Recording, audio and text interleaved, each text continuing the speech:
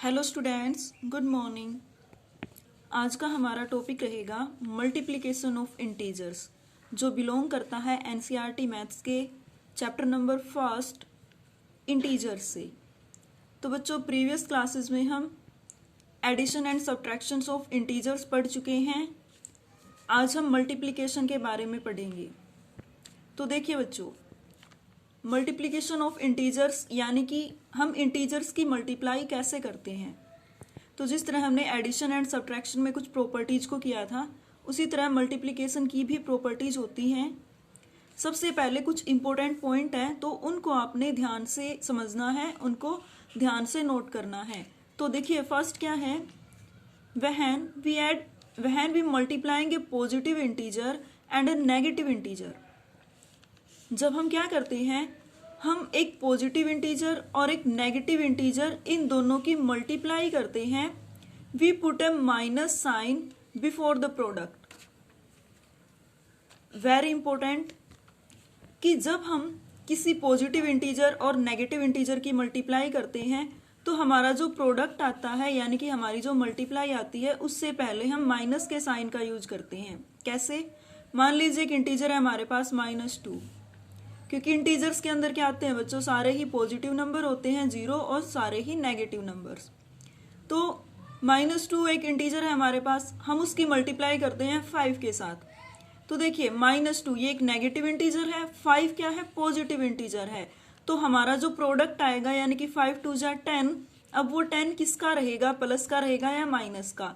तो अगर एक पॉजिटिव इंटीजर की नेगेटिव इंटीजर के साथ हम मल्टीप्लाई करते हैं, तो हमारा जो प्रोडक्ट आता है वो एक नेगेटिव नंबर आता है, तो हमारा आंसर रहेगा -10। उसके बाद मान लीजिए 3 एक नंबर है, पॉजिटिव इंटीजर है हमारे पास, उसकी मल्टीप्लाई करते हैं -4 के साथ, यानी कि ये पॉजिटिव इंटीजर और ये क्या है, नेगेटिव इंटीजर। तो इन दोनों का प्रोडक्ट वो भी क्या आएगा बच्चों, वो भी एक नेगेटिव नंबर ही आएगा, यानी कि 3 4 जा 12, और एक पॉजिटिव इंटीजर है, दूसरा नेगेटिव इंटीजर, तो हमारा प्रोडक्ट क्या रहेगा, नेगेटिव इंटीजर। उसके बाद नेक्स्ट पॉइंट देखिए, the product of 2 negative integers is a positive integer. Most important point है बच्चों कि जब हम 2 नेगेटिव इंटीजर्स की मल्टीप्लाई करते हैं, प्रोडक्ट क्या होता है, मल्टीप्लाई। जब हम 2 नेगेटिव इंटीजर्स का प्रोडक्ट निकालते हैं, तो हमेशा ही एक पॉजिटिव इंटीजर आता है। कैसे? जैसे -5 हमारे पास एक इंटीजर है, नेगेटिव इंटीजर है, इसकी मल्टीप्लाई करते हैं हम -4 के साथ, तो 5 4 जा 20, यहाँ तक तो हमें पता है। अब ये भी नेगेटिव है, ये भी नेगेटिव है, तो हमारा जो प्रोडक्ट है वो भी क्या आएगा, वो एक नेगेटिव नंबर ही आएगा। मान लीजिए यहाँ पे माइनस की जगह ये दोनों प्लस के होते, यानी कि 5 की मल्टीप्लाई करते हैं हम 4 के साथ, तो 5 4 जा 20। ऑफ कोर्स इसमें तो कोई कंफ्यूजन वाली बात है ही नहीं, 2 पॉजिटिव इंटीजर हैं, उनका प्रोडक्ट निकालते हैं तो पॉजिटिव इंटीजर ही आएगा। पर जब हम 2 नेगेटिव इंटीजर्स का प्रोडक्ट निकालते हैं, वो भी एक पॉजिटिव नंबर ही आएगा। उसके बाद नेक्स्ट पॉइंट बच्चों, मोस्ट इंपॉर्टेंट पॉइंट है, if the number of negative integers in a product is even, then the product is a positive integer. क्या कहता है बच्चों, देखिए ध्यान से पढ़िए स्टेटमेंट को, कि यदि हम किसी नेगेटिव इंटीजर्स का प्रोडक्ट निकालते हैं और वो नेगेटिव इंटीजर कितने बार गिवन है, इवन नंबर ऑफ टाइम वो क्या है, गिवन है। यानी कि हमारे पास इवन नंबर कौन से होते हैं, 2 4 6 8, तो कोई भी नेगेटिव इंटीजर्स है वो 2 टाइम है, 4 टाइम है, 6 टाइम है, 8 टाइम है, यानी कि इवन नंबर ऑफ टाइम है, तो उनका जो प्रोडक्ट आएगा वो पॉजिटिव इंटीजर आएगा। कैसे? जैसे मान लीजिए हमारे पास एग्जाम्पल है, मान लीजिए -2, इसकी मल्टीप्लाई की -3 के साथ। अब ये दोनों ही नेगेटिव इंटीजर हैं और ये कितने टाइम है, 2 टाइम्स, यानी कि नेगेटिव इंटीजर कितनी बार आया है, 2 बार, 1 यहाँ पे और 1 यहाँ पे, तो इसका प्रोडक्ट क्या आएगा, वो एक पॉजिटिव इंटीजर आएगा। उसके बाद if the number of negative integers in a product is odd, then the product is negative integer. कि यदि हम क्या करते हैं, जब नेगेटिव इंटीजर्स का प्रोडक्ट निकालते हैं और वो negative integers odd number of time given है, यानी कि 1 टाइम है, सिंगल टाइम है, तो वही आंसर आएगा, 3 टाइम, 5 टाइम, 7 टाइम, तो उसका जो प्रोडक्ट रहेगा वो नेगेटिव इंटीजर रहेगा। कैसे? एग्जाम्पल से समझते हैं बच्चों। -2 हमारे पास एक negative integer, second negative integer -3 and -4, हमारे पास 3 नेगेटिव इंटीजर्स हैं। तो नेगेटिव नंबर्स कितने बार आए हैं? 3 टाइम्स आए हैं। तो हमारा जो प्रोडक्ट रहेगा वो क्या रहेगा? नेगेटिव नंबर रहेगा। तो ये बच्चों इंपॉर्टेंट चीजें हैं, समझने की चीजें हैं। तो उसके बाद देखिए नेक्स्ट करते हैं हम। अब है बच्चों मल्टीप्लीकेशन बाय 0, यानी कि जब हम किसी नंबर की 0 के साथ मल्टीप्लाई करते हैं, लेट ए हमारे पास कोई भी नंबर है, हम ए की 0 से मल्टीप्लाई करते हैं या फिर 0 की ए से मल्टीप्लाई करते हैं, तो हमारा आंसर क्या रहेगा? 0। यानी कि हम किसी भी इंटीजर की जब 0 के साथ मल्टीप्लाई करते हैं तो उसका प्रोडक्ट क्या आता है बच्चों? उसका प्रोडक्ट हमेशा 0 ही आएगा। लेट 2 हमारे पास एक इंटीजर है, तो 2 की मल्टीप्लाई हमने 0 से की तो कितना आ गया? 0 ही आएगा। या फिर 0 की मल्टीप्लाई हम 2 से करें या किसी और नंबर 4 से कर दी हमने, तो हमारा आंसर क्या आएगा? 0। तो ये होता है बच्चों मल्टीप्लीकेशन बाय 0, यानी कि हम 0 से किसी नंबर की मल्टीप्लाई करते हैं तो जो प्रोडक्ट है हमारा वो क्या आता है? वो 0 ही आता है। उसके बाद है बच्चों मल्टीप्लिकेटिव आइडेंटिटी। जब हम एडिशन कर रहे थे तो हमने एडिटिव आइडेंटिटी के बारे में पढ़ा था। एडिटिव आइडेंटिटी क्या कहती है कि जब हम किसी नंबर में 1 को प्लस करते हैं तो सेम नंबर हमारा आंसर आता है। इसी तरह मल्टीप्लिकेटिव आइडेंटिटी होती है जब हम किसी नंबर की 1 से मल्टीप्लाई करते हैं या 1 की किसी नंबर से मल्टीप्लाई करते हैं तो सेम नंबर इटसेल्फ, यानी कि जो नंबर जिस नंबर से हमने मल्टीप्लाई की है वही नंबर हमारा प्रोडक्ट आएगा। लेट हम 2 की मल्टीप्लाई करते हैं 1 से या फिर 1 की मल्टीप्लाई 2 से, तो हमने 1 की मल्टीप्लाई जिस नंबर के साथ की वही नंबर क्या आएगा? हमारा प्रोडक्ट आएगा। ये होती है मल्टीप्लिकेटिव आइडेंटिटी। उसके बाद बच्चों जैसे हमने एडिशन में, सब्ट्रैक्शन में 4 प्रॉपर्टीज को किया था, जो कौन सी थी? एसोसिएटिव, कम्यूटेटिव, डिस्ट्रीब्यूटिव और एक क्लोजर प्रॉपर्टी। तो उसी तरह ये मल्टीप्लिकेशन पे भी वर्क करती हैं। देखिए सबसे पहले हम पढ़ेंगे एसोसिएटिविटी फॉर मल्टीप्लिकेशन, यानी कि हमारी कम्यूटेटिव की तरह ही होती है एसोसिएटिविटी। तो एसोसिएटिविटी कम्यूटेटिव में हमारे पास 2 नंबर्स होते हैं। मान लीजिए a इंटू बी हमारे पास कोई नंबर है तो वो किसके इक्वल आएगा? b इंटू ए। ये कौन सी प्रॉपर्टी है बच्चों? ये कम्यूटेटिव प्रॉपर्टी है। इसी तरह एसोसिएटिव प्रॉपर्टी होती है। एसोसिएटिव में हमारे पास 3 नंबर्स होते हैं। मान लीजिए हम a और b की मल्टीप्लाई करते हैं एंड देन हम c की मल्टीप्लाई करते हैं, तो ये किसके इक्वल आएगा? b और c की मल्टीप्लाई, उसके बाद हमने a की मल्टीप्लाई की। यानी कि जो कम्यूटेटिव प्रॉपर्टी है और एसोसिएटिव प्रॉपर्टी है वो ऑर्डर पे डिपेंड नहीं करती। नंबर्स के ऑर्डर चाहे जो भी हो, जो हमारा प्रोडक्ट है वो क्या आएगा? सेम नंबर ही आएगा। ये कौन सी प्रॉपर्टी है? एसोसिएटिव।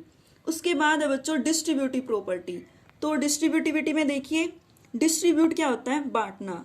किसी नंबर को हम बांट कर कैसे इजिली कैलकुलेशन कर सकते हैं। लेट हमारे पास a into B plus c है, a into B plus c, तो इसको हम क्या लिख सकते हैं? a into B plus a into c.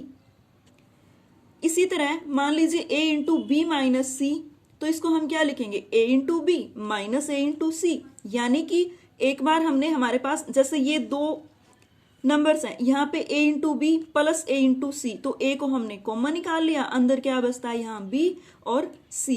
तो ये कौन सी प्रॉपर्टी है बच्चों? डिस्ट्रीब्यूटिव प्रॉपर्टी है। अब हम शुरू करते हैं हमारी एक्सरसाइज 1.3। तो ये जो एक्सरसाइज है बच्चों ये कंप्लीटली इन सब के ऊपर डिपेंड है जो हमने आज जिन भी प्रॉपर्टीज को पढ़ा है, तो उसी से हम इसको सोल्व करेंगे। Question number first, find each of the following products. हमने क्या निकालने हैं? यहाँ पे कुछ नंबर्स दिए हुए हैं तो इनके प्रोडक्ट्स निकालने हैं। प्रोडक्ट्स यानी कि इनकी मल्टीप्लाई करनी है। तो यहाँ पे देखिए बच्चों 3 इंटू -1, तो क्या आएगा? एक नंबर एक पॉजिटिव इंटीजर है, सेकंड नेगेटिव इंटीजर है, तो हमारा जो आंसर आएगा वो क्या आएगा? Negative integers. तो ये सारे क्वेश्चन बच्चों हमने स्टार्टिंग में आज जो किया था उसी से रिलेटेड हैं सारे, तो आपने इनको कंप्लीट कर लेना है। उसके बाद नेक्स्ट है question number 2, verify the following.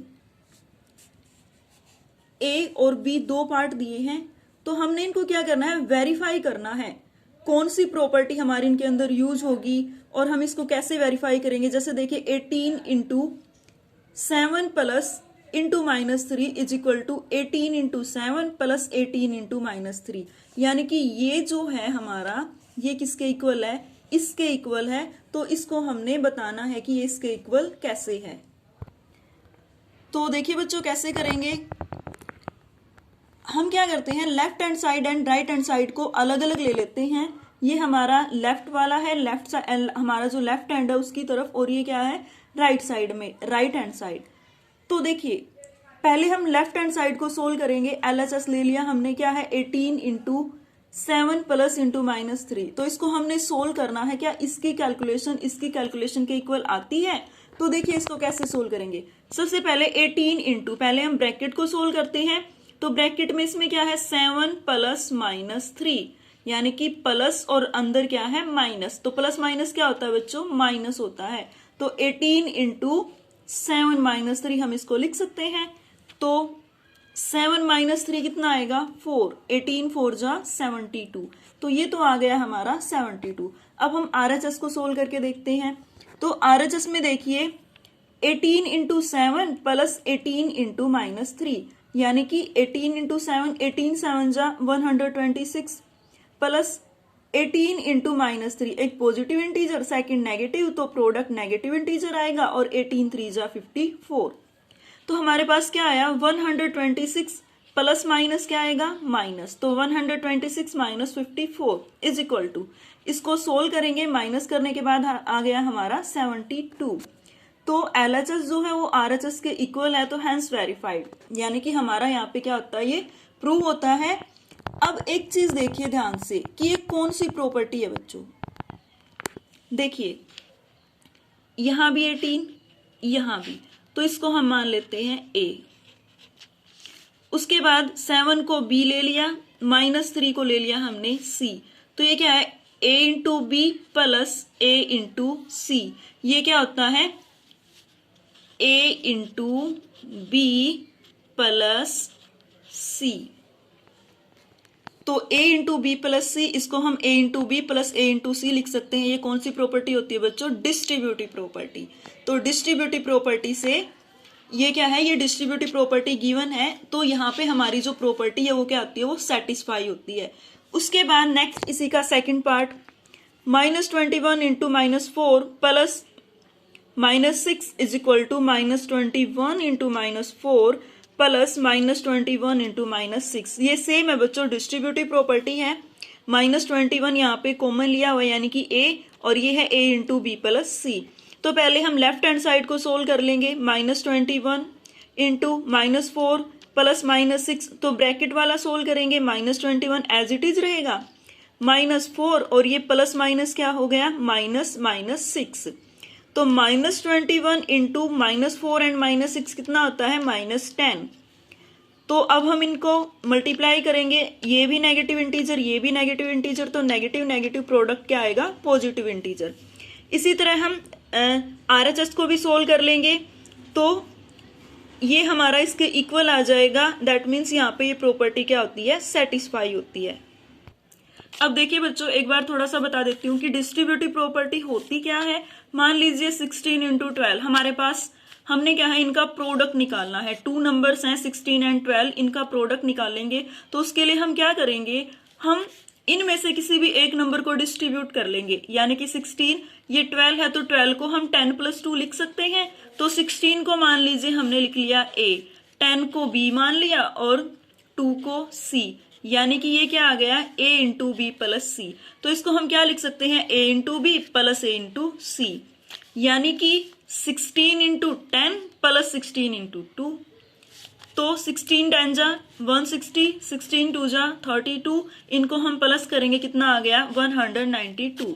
तो कोई भी कैलकुलेशन दी होती है उसको इजी करने के लिए हम ऐसा कर सकते हैं। मान लीजिए हमारे पास है नेक्स्ट एग्जांपल 19 इंटू 25। तो हम 19 को, सिंपल है बच्चों, या तो हम इसको लिख ले या फिर इसको, हम प्लस माइनस कुछ भी कर सकते हैं जो हमें इजी लगे। मान लीजिए 19 को हम लिख लेते हैं 20 - 1, तो इसके एक बार 20 से मल्टीप्लाई, फिर 1 से मल्टीप्लाई, और इन दोनों को आपस में माइनस कर देना है, क्योंकि यहाँ पे क्या है, सब्ट्रैक्शन है। तो ये होती है बच्चों हमारी डिस्ट्रीब्यूटिव प्रॉपर्टी। तो ये था आज का आपकी क्लास। आई होप आपको सब अच्छे से समझ आ गया होगा।